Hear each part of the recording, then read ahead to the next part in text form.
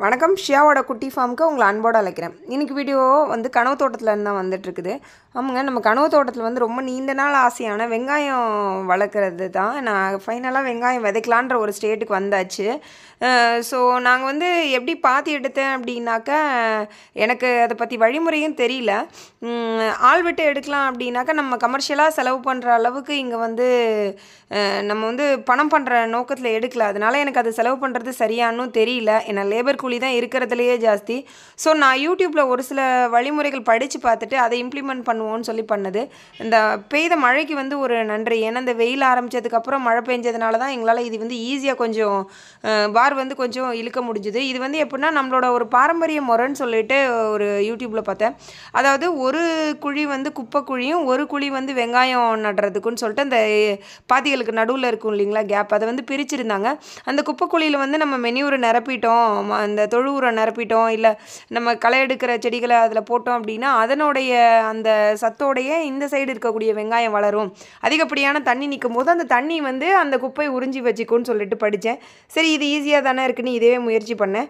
நான் ஆடிப்பட்டத்துக்கு வீட்டு தோட்டத்தில் விதைக்கிறதுக்காக விதைகள் வாங்கும்போது சூடோமோனாஸும் அப்புறம் ட்ரைகோடர்மா விரிடி ரெண்டும் வந்து வாங்கினேன். விதை நேர்த்தி பண்ணுறதுக்காக விதை நேர்த்தியெல்லாம் பண்ணி ட்ரெயிலையும் போட்டோம்.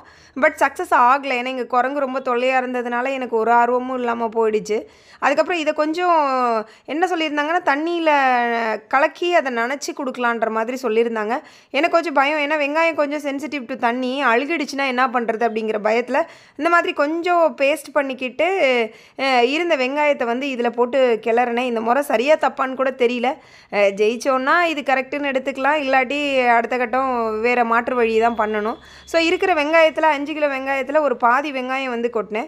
வெங்காயம் வந்து நம்ம இங்கே டவுனில் கிடைக்கல அப்படிங்கிறதுனால நம்ம நண்பர் ஒருத்தர் வந்து பக்கத்தில் இருக்கக்கூடிய டவுன்லேருந்து வாங்கி கொடுத்தாரு.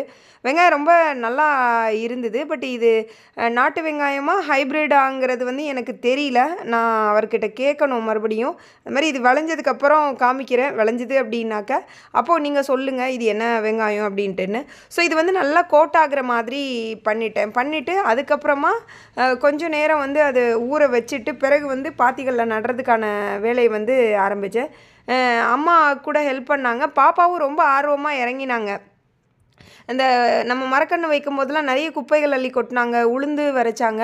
பட் ஆனால் இங்கே இன்றைக்கின்னு பார்த்து ரொம்ப வெயில், அந்த மழை பெஞ்சதுக்கும் இந்த புதுசாக வெயில் வந்ததுக்கும் ரொம்ப நம்மளாலே தாங்க முடியல. ஸோ அவங்களால முடிஞ்ச ஹெல்ப்பை அவங்க பண்ணாங்க. அது எனக்கு மகிழ்ச்சியாகவும் இருந்துச்சு. ஸோ வந்து இந்த மாதிரி அம்மா நிற்கிறாங்க இல்லைங்களா, அந்த போத் சைட் ஃபேஸ் பண்ண மாதிரி வந்து வெங்காயத்தை நட்டுறணும். அடுத்த குழி வந்து குப்பை போட்டு நிரப்பிடணும். இதுதான் என்னோடய ப்ரொசீஜராக இருந்தது. அம்மா வந்து சொன்னாங்க முதல்ல வெங்காயத்தை நட்டுறலாம், ஏன்னா அது முக்கியமான வேலை, அதுக்கப்புறம் குப்பை நிரப்பிக்கலான்னு. அதுவும் ஓகேவாக தான் பட்டுச்சு. ஆனால் அதுக்கப்புறம் தான் எங்களுக்கு குழப்பம் வந்துச்சு நடும்போது, எதில் வந்து வெங்காயம் நடணும், எதில் குப்பை கொட்டணும் அப்படின்ட்டுன்னு. இது நம்ம குப்பையை கொட்டியிருந்தோன்னா ஈவனாக நம்ம கேப் இருக்கிற எல்லா இடமுமே நம்ம வெங்காயம் நடணும்னு முடிவு பண்ணியிருக்கலாம். பரவாயில்ல, எல்லாமே ஒரு அனுபவம் தான். இதில் நான் நிறைய தவறுகள் பண்ணிட்டேன். அது பார்க்குறவங்களுக்கே தெரிஞ்சிருக்கும்.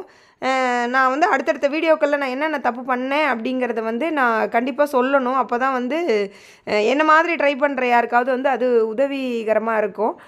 ஸோ உங்களுக்கும் நீங்கள் வீட்டில் விவசாயம் பண்ணியிருக்கீங்களா? வெங்காயம் ரொம்ப கமர்ஷியலாக நான் அந்த சிந்தட்டிக் உரமெல்லாம் போட்டு அப்படி கேட்கல. இந்த மாதிரி என்னை மாதிரி பண்ணியிருந்தாக்க வீடியோ பிடிச்சிருந்தா லைக் பண்ணுங்கள், எனக்கு கமெண்ட்டில் சொல்லுங்கள். அடுத்தடுத்த வீடியோஸில் வெங்காயம் எப்படி வளருதுன்னு அப்டேட் பண்ணுறேன். Thank you so much.